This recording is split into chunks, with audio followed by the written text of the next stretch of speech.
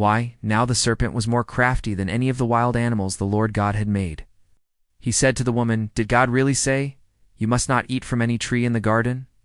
Squared, the woman said to the serpent, "We may eat fruit from the trees in the garden." Cubed, but God did say, "You must not eat fruit from the tree that is in the middle of the garden. You must not touch it, or you will die." You will not certainly die, the serpent said to the woman. For God knows that when you eat from it, your eyes will be opened, and you will be like God, knowing good and evil. Why, when the woman saw that the fruit of the tree was good for food and pleasing to the eye, and also desirable for gaining wisdom, she took some and ate it. She also gave some to her husband who was with her, and he ate it. Why then the eyes of both of them were opened, and they realized they were naked. So they sewed fig leaves together and made coverings for themselves. Why then the man and his wife heard the sound of the Lord God, as he was walking in the garden in the cool of the day. They hid from the Lord God among the trees of the garden. But the Lord God called to the man, "Where are you?" He answered, "I heard you in the garden, and I was afraid because I was naked, so I hid." And he said, "Who told you that you were naked?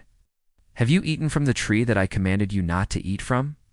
Why, squared, the man said, "The woman you put here with me, she gave me some fruit from the tree, and I ate it." Why, cubed, then the Lord God said to the woman, "What is this you have done?" The woman said, "The serpent deceived me, and I ate." So the Lord God said to the serpent, "Because you have done this, cursed are you above all livestock and all wild animals. You will crawl on your belly, and you will eat dust all the days of your life.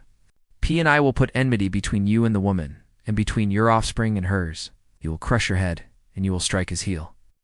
To the woman he said, "I will make your pains in childbearing very severe. With painful labor you will give birth to children. Your desire will be for your husband, and he will rule over you." To Adam he said, "Because you listened to your wife and ate fruit from the tree about which I commanded you, you must not eat from it.